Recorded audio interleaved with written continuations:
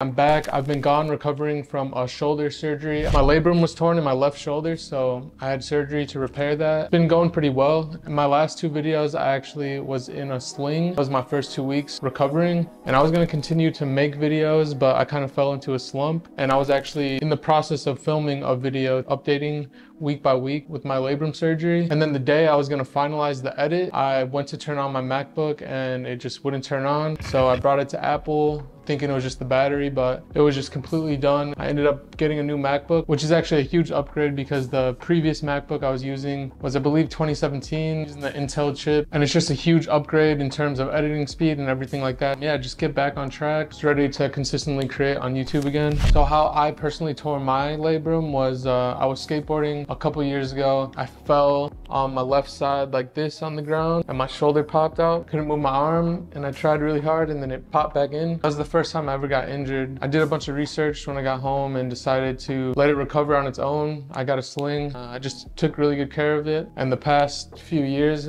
it's been fine. I've been able to lift heavy in the gym. No real problems. And then when I went out to Thailand and when I started to train Muay Thai, I just fell in love with it. Started training every day. And the coach at the gym I was training at was actually urging me to have my first fight. So I started training for that. I was training twice a day, started sparring, everything like that. Unfortunately, dislocated my shoulder again while sparring. And there's a previous video of mine that talked about that. Let that heal on its own for a couple months, started training again. Eventually ended up subluxing my shoulder again, which it just like clicked out and back into place. So yeah, after that, I stopped training heavy and really just waiting until I got back to America to have my MRI and eventually have my surgery. That's where we're at now. We're almost 2 months post-operation. Shoulder's doing super good.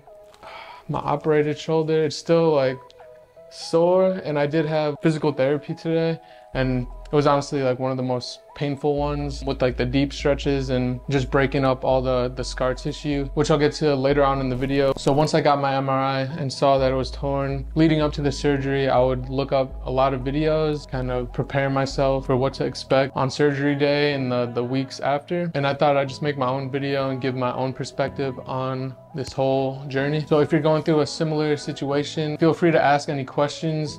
I'll be answering all of them. So I had surgery July 12th, 2024. Almost 2 months out, doing really well. The day of the surgery, I don't really have notes about that day, but as far as I remember, go to the hospital, sign some paperwork, go into a room, get your heart rate checked and everything. Before the anesthesia, you get a nerve blocker. So you go to a separate room, get the nerve blocker, you're just chilling for like 10 minutes, and then you get carted into the surgery room, bright lights and everything. Then you get the mask put on you, you take 2 deep breaths, and then you're just out cold, and then you wake up all loopy post-surgery, and you're just chilling with a nurse till you're awake. My mom took me, so go back, meet with my mom, they go over everything, go home. And after that surgery, you have like a huge dressing on your shoulder covering everything. So I wasn't able to shower for the first 2 days. And then after that, I was able to take it off, put waterproof bandages on and take a shower. So I was given Tylenol, Oxys, and a medication to loosen your stool because the other medications, I guess, and the anesthesia usually makes people constipated. So from the videos I saw, and a bunch of comments were talking about how it was so important for them to stay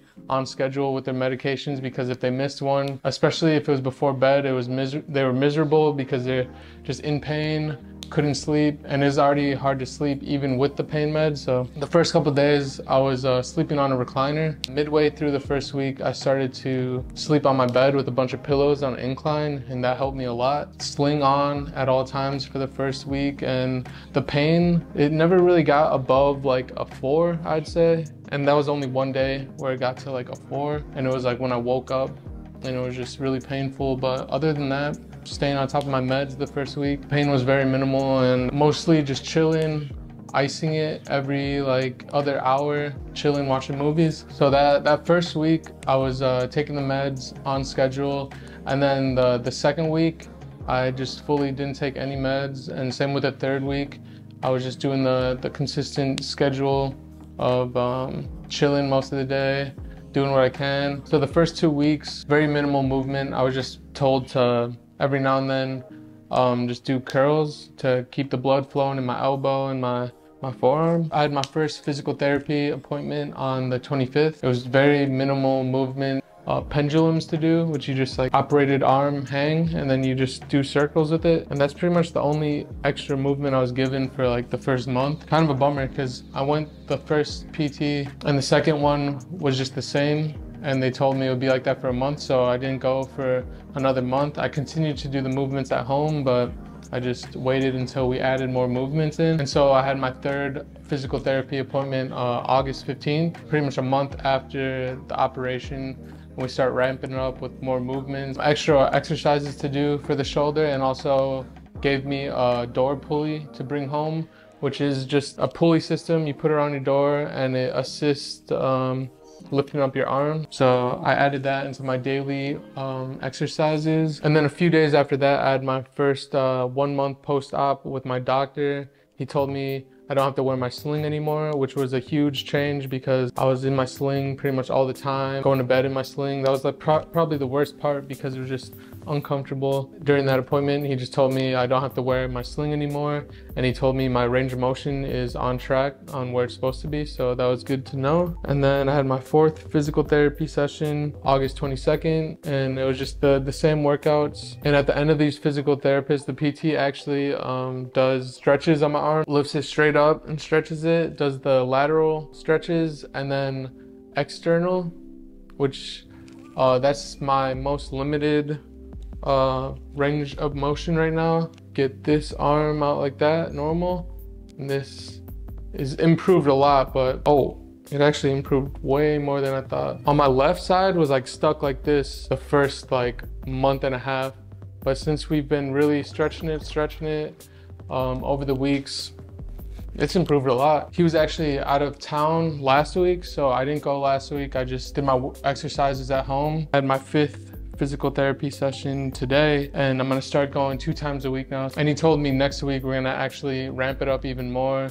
and start doing light lifting with the operated shoulder. I'm really looking forward to that because exercise is a huge part of my life and it's just something I've been missing. I've still been able to exercise, but obviously limited. Really looking forward to recovering fully. I'll make another video similar to this next month, just to update with how everything's been and the recovery of the shoulder and everything like that. Yeah, physical therapy has been really good, and honestly my favorite part about it, but the most painful part, is the stretches at the end, because it's just breaking through all the scar tissue and everything like that. And like I said last week, the physical therapist was out of town. After not getting those stretches in for a whole week, it was like super tight at first, and when he was like pulling my operated arm all the way up and I'm laying on the table, it's pretty painful, but like you just have to relax and just realize that you have to go through this pain in order to fully get your range of motion back. So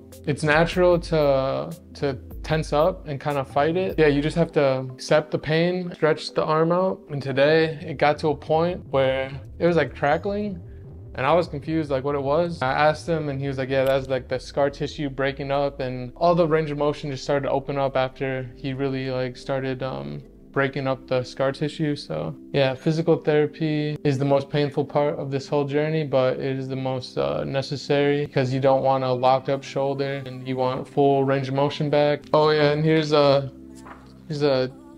images of the shoulder. I guess this was like so this was like the full tear of the labrum, and you can see in these images there's like the sutures that are connecting the labrum back. So everything's been going good. Almost 2 months post-surgery. Got a new laptop, able to make videos again. So I hope you've been taking care of yourself, enjoying life, and yeah, I'll see you next video. Stay well, stay healthy. Peace.